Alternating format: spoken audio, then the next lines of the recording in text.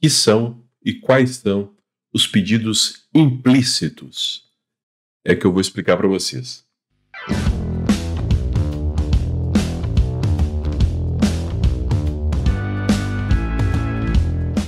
Bom, meu nome é Denis Madeira, bem-vindo, bem-vinda. O que são os pedidos implícitos? Olha, você já sabe o seguinte, o artigo 319, inciso 4, diz que toda petição inicial tem que ter os seus pedidos e suas especificações. Você sabe também, no artigo 322, que o pedido deve ser certo, deve ser expresso e dizer claramente qual que é a obrigação devida. E no 324 do CPC, diz que o pedido deve ser determinado, ou seja, você tem que trazer o quantum de beato, a quantidade devida, o valor, especificar qual que é a obrigação de fazer e não fazer, entrega de coisa, qual coisa que deve ser entregue. Então, se a gente pegar o 319, inciso 4, repetindo, 322 e o 324, vocês vão perceber que toda petição inicial tem que ser o pedido certo, determinado. Não é? É isso que você sabe. Vocês sabem também que existem as hipóteses específicas de pedido genérico. Sobre isso aí eu já gravei um vídeo específico. Bom, agora, se o pedido deve ser certo, deve ser expresso, ser claro, tem que ter lá na petição inicial o que você quer afinal, né? Qual que é o objeto da sua causa, qual que é o mérito da sua ação, qual que é o bem da vida que você quer proteger. Mas eu falei com vocês e perguntei o que é e quais são os pedidos implícitos. Ora, se é assim, quer dizer que existem alguns pedidos que ainda que expressamente você não coloque na petição inicial, ainda que ele não seja certo, porque você não colocou lá de forma expressa, ainda assim o juiz pode incluir na sentença. Vocês sabem que existe o princípio da inércia e o princípio dispositivo, que dá a ideia de que a jurisdição é sempre uma atividade provocada. O juiz não vai julgar sem que antes alguém exerça o direito de ação. É sempre uma função provocada. Então, de forma que o juiz está vinculado também não só a essa provocação, mas ao que foi pedido. O juiz vai julgar, via de regra, apenas aquilo que foi pedido. Né? A ideia do princípio dispositivo vinculado ao princípio da inércia. Então, se você ajuizou uma ação pedindo dano moral, é só dano moral que o juiz vai julgar. Se você pediu dano material, é só dano material que o juiz vai julgar. Essa é a regra geral. Se você não colocou lá no seu pedido, não colocou um pedido certo, o juiz não vai julgar aquilo, não vai incluir na sentença.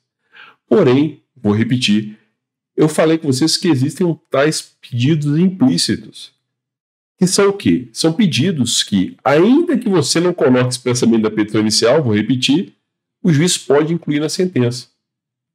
E que pedidos são esses? Quer dizer, foge da lógica geral de pedido certo e determinado. E quais seriam esses pedidos implícitos? São 4. Pelo menos foram 4 que eu consegui identificar. Primeiro é o pedido de correção monetária. Ainda que você não tenha pedido a atualização monetária do valor devido, sendo obrigação de pagamento de quantia certa, o juiz na sentença ele pode colocar a correção monetária. Por quê? A correção monetária é só para manter o poder de compra da moeda, a questão inflacionária. Então, o que acontece? Nesse caso, o juiz, ainda que você não tenha feito pedido expresso de atualização monetária, o juiz pode incluir a correção monetária no momento da sentença. Condena o réu ao pagamento de depósito X acrescido de correção monetária, por exemplo. Ele coloca isso na sentença ainda que você não tenha pedido. Por quê? Porque é uma questão de justiça, né? Para que você seja, por exemplo, não perca o poder de compra da moeda, a atualização monetária é necessária e isso advém da lei. Além disso, existem os juros legais. Juros legais, como o nome indica, que a lei indica como juros. No Código Civil tem e outras normas também.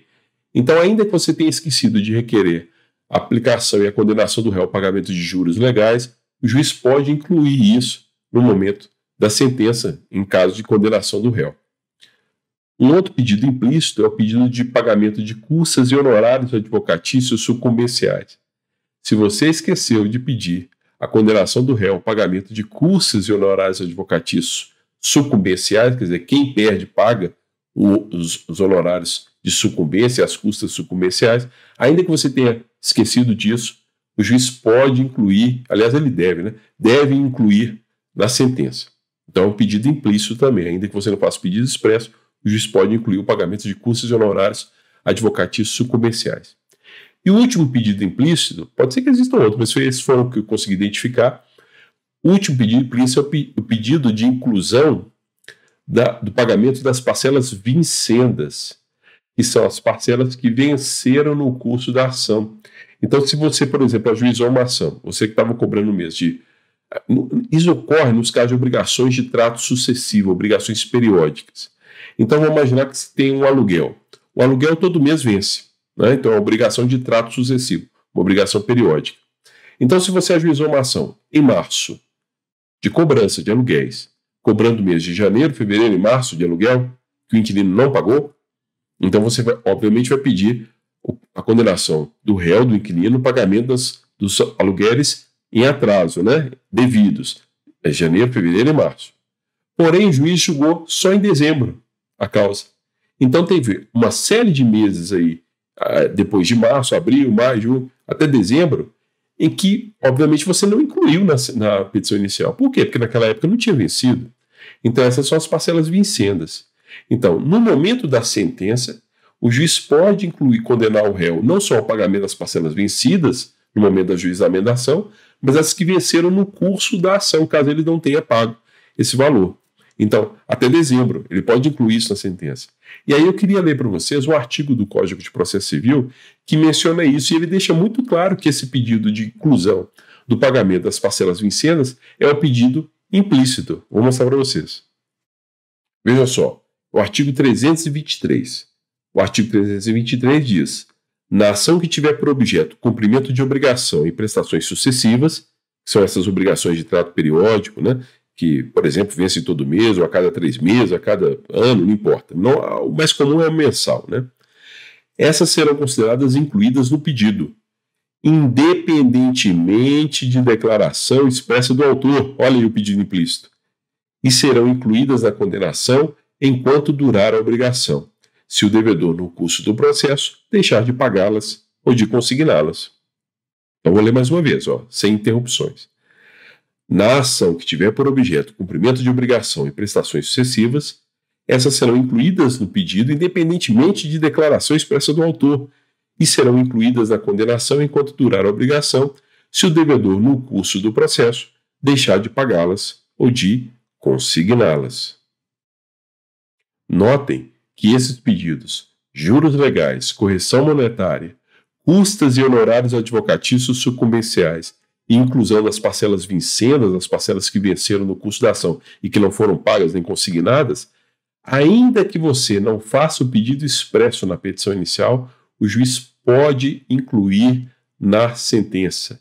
Ou seja, a regra geral do artigo 319, inciso 4, 322 e 324, ela não cabe nesses casos de pedidos, especialmente o 322, porque o 322 fala que o pedido deve ser certo. Então, esses pedidos, esses 4 pedidos que eu mencionei para vocês, repito, juros legais, custas e honorários advocatícios sucumbenciais, correção monetária de parcelas vincendas, esses pedidos, ainda que não tenham sido expressos, que não sejam certos, eles podem ser incluídos na sentença porque são considerados pedidos implícitos. Eles se presumem incluídos na petição inicial, ok? Se eu descobrir algum outro pedido que seja implícito, obviamente eu vou gravar um vídeo para vocês, para explicar e trazer para vocês, ok? Um abraço para vocês e até a próxima.